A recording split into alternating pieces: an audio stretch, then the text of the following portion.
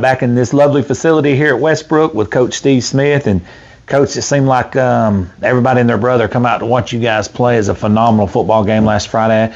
I know it didn't go the way you wished it would have, but at the same time, your guys had to grow in that game, and y'all are going to be better from it. No doubt. You enjoy playing in games like that. I'm proud of our kids for putting us in position to where we're playing in a big game like that. And you go in the atmosphere that they had, a lot of people from the media covering it, FNN covering the game live, and just a lot of the things that went into that game, the makeup, and it seemed like a playoff game type atmosphere. So definitely something that we can take some good out of, and hopefully use it in the future, to be better. Coach, I got to watch the first quarter of the game, and you guys, when they got that score, you guys answered right back with an actual drive down the field, and from there, it looked like it was the race was on. I mean, your guys didn't back down or nothing. Talk about that a little bit. How even though you guys right off the hop right there had that punt block, they come right back and answered. Yeah, you got to be that way as a team. When you're in big games and you're playing against good competition like that, things are going to happen. They're going to throw some punches. You're going to throw some counter punches. Things like that are going to happen. Hats off to Piedmont. They made a couple big plays in special teams. Had a defensive touchdown the other night. They did some things really well that kind of separated us in the game, and they won some battles that I thought that we might have had a little bit of advantage on. They made some plays in the kicking game that we hadn't seen them make thus far. But anytime you're in that situation, whether you start off with a big blow or whether you take a big blow in the beginning, you got to realize the game's 4 quarters. It's 48 minutes long. You got to be able to keep your composure and then answer if the other team scores first. And if you score first, then you want to go out there and get a stop and try to get a 2-score advantage, Just so many things that goes into a game when you got 2 really good teams playing that is not, everything's not going to go your way. You're not going to have a perfect game to where everything goes your way. And, I was proud of our guys after we had that miscue on special teams there, and they took advantage of it. I was proud of our guys for coming back and answering the score, and I think we actually got a stop after that and had a chance to take the ball back and have a chance to go down and take the lead. And, of course, they're a good team again. They stopped us and forced a punt. We traded punts there a couple times. We muffed a punt, and they got it deep in our territory, early in the second quarter.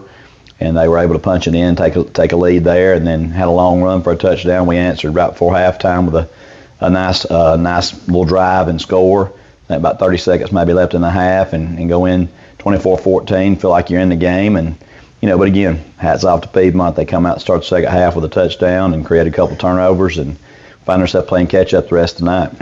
How cool was it for you personally to catch up with the 2015? I know you didn't have a lot of time to hang out with them, but that was cool that they got to honor you guys before that game, and I know you got to see some faces you may not have seen in a while. No doubt. I mean, that was really neat. I'm very appreciative that they chose that night to be the one to honor it so I could be a part of it, and very thankful for that. They did get together the night before at the restaurant there in town, and so I had been over to watch our girls volleyball team play at Ohatchee, and I got to catch up with some of them for about an hour, the night before, and then getting to see a lot of those guys again walking on the field in the pregame recognition. That was pretty special.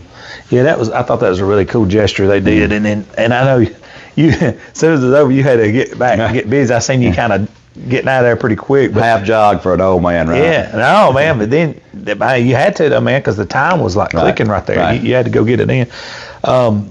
After you got back, broke down the film and all, what were the things you were working on most, like coming into this week, coming up? Well, just not taking things for granted. Like I said, we talk to our team each week, try to be candid with them about where we feel like we have an advantage, where we feel like that we're going to have to play a little better than what we've been doing. And, I thought the other night, our defense played well. I mean, you look at the scoreboard, it's 40 points, but the biggest disappointment I had with our defense is Piedmont did not attempt an extra point. They went for 2, and they made all 5 of those. So 10 points on 2-point conversions, that I feel like we got to play with more sense of urgency on that side of the ball on a 2-point play, realizing that it's one snap, 3-yard line for 2 points. A little disappointed there that we weren't able to. I think a lot of it was a hangover from the touchdown and then just not refocusing and playing the next play. So that's something we talk to our kids about all the time, and play the next play. something we can grow from on that. Special teams miscues, we typically have been free of those early in the year, but we didn't win the special teams battle, and that's always going to be a big play or a big component when you have two teams that are fairly equal play, and it's going to be a big component as far as special teams. Positively, I thought offensively we moved the ball pretty well. Had a good night passing and running. Our heavy set was good to us. We had 3 touchdowns, I think, out of our heavy set. There were a lot of positives from the game. Just, when you go back, nobody likes to talk about it because it's old school coach talk. We didn't win special teams. We were -2 in the turnover margin, and we had 60, 70 yards of what I call non-effort penalties, things like being offside, lining up in the neutral zone, illegal formation, unsportsmanlike conduct, things that you cannot do. Piedmont don't need any help, and just things that we did them. It wasn't officials, it wasn't bad calls, they were the right calls, which things that we just did that didn't help us any. And you couple that with playing a really good team that they know how to win, they know how to be in those big games, big moments, and their guys, they took advantage of those mistakes that we made. So, I think we can grow from it. I think we'll be a better team down the road for playing in that game. And, I think hopefully our kids got a little confidence there that if we play, we can play with anybody. Coach, you get to step out of region play and play Mumford this week. Yes. First of all, what went into the scheduling of the Mumford game? How did you guys hook up on that? And secondly, throughout the last few years, man, Mumford's had some guys. Guys go to Tennessee. They've had some really good football players through the last few years. Yeah, it wasn't by just design. I do know Coach Easley from way back from his time at Sax as an assistant coach. We're in a 9-team region, and so what the state does, everybody in our region is off week 5. Most 8-team regions you're off week 1, week 5, week 10. Well, in a 9-team region, you have to allot 9 of the 10 weeks for a region game because 8 teams are playing and somebody's the oddball off team. So what they say is everybody's going to be off week 5, and then you draw out of a hat. So we play Glencoe week 1 and we play Welborn week 10. So we've got region games when a lot of the state is off. And we drew out week 7 as our oddball week. So every team in our region will be off this week. Some of them are choosing a bye because they might have played week 0. But the ones that are playing are all playing non-region games week 5. And then week 7 in 2 more weeks, we'll go to Tryon, Georgia, because trying to find somebody in the state that's off week 7 is very difficult. Most regions have region play going on during that week. And so just so happened that we had a team from Tennessee last year we played in week 7. And then this year we're going to Tryon because the team in Tennessee couldn't play that same week.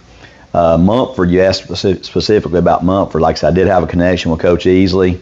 Off 77, it's not but about 45 minutes to Mumford, so it's not a very long drive. But, you get to that point, you're just scratching and scrambling, trying to find whoever you can find. Yeah. You don't want to play somebody that you can't compete with, Yeah. Mumford's a 4A school. They've had some really good teams over the last 20 years or so, a lot of tradition at Mumford. I think I was watching the Auburn game the other day. One of their DBs that's playing for Auburn was in that game against Oklahoma. Sylvester is his name. But they've had some great talent come through there, and they're extremely talented again this year. Everybody looks at their record and says, oh, they're 0-4, but I want to say the last 3 weeks they played region games against Tallahassee, Bullock County, who's undefeated for the first time since like 72, and Handley. And everybody knows what those teams, Tallahassee and Handley, are traditional powers in Class 4A. So they're in a region to where they don't catch any breaks. Yeah, they're in a southern 4A region and extremely tough schedule. I think they played those 3 games, and they played a rivalry game with Lincoln. So we're the smallest team on their schedule, So I got to feel like that they're going to come over here confident that they can get one against us on Friday night. We got to, we got homecoming. You try to play somebody for homecoming that you feel like that you're supposed to beat. It's just with a 9-team region like it is, you don't really want to play a region game on homecoming, and our only other option was Mumford. That's no disrespect. By no means is it a way to try to indicate that we don't think Mumford's good. Mumford is very, very talented. They'll have a receiver and a couple running backs that'll be as good as anybody we play against all year long. Yeah, no doubt. You're tough. It's tough putting homecoming against anybody because it ain't no disrespect. You ain't got no choice. Right. You definitely don't want those distractions during a region game. That's right. And so, Mumford's our only home non-region game, so it was the only real choice we had. Yeah, no doubt. And Trine's a super good football team. I remember 2 years ago they made it semis or I think that's right. Coach Roach from Etowah was their offensive coordinator that year. Yeah, I think I want to say that they won double-digit games the last 3 years. Yeah, they've been really good. Don't really know a whole lot about Trine. I am familiar with Trine from my time at Cedar Bluff. It's just across the Georgia line on the other side of Summerville, so it wasn't that far. And I remember we played them in baseball and we played them in basketball when I was at Cedar Bluff. But, they're a single A in Georgia, but I still think they got 450 students, so they're still about twice our size. Yeah. Yeah, they wouldn't be a single A in Alabama. No, they'd be a big 4A, like a small 5A probably over here. They're about the size of Cherokee County here in that ballpark. I think that's fair. That's right.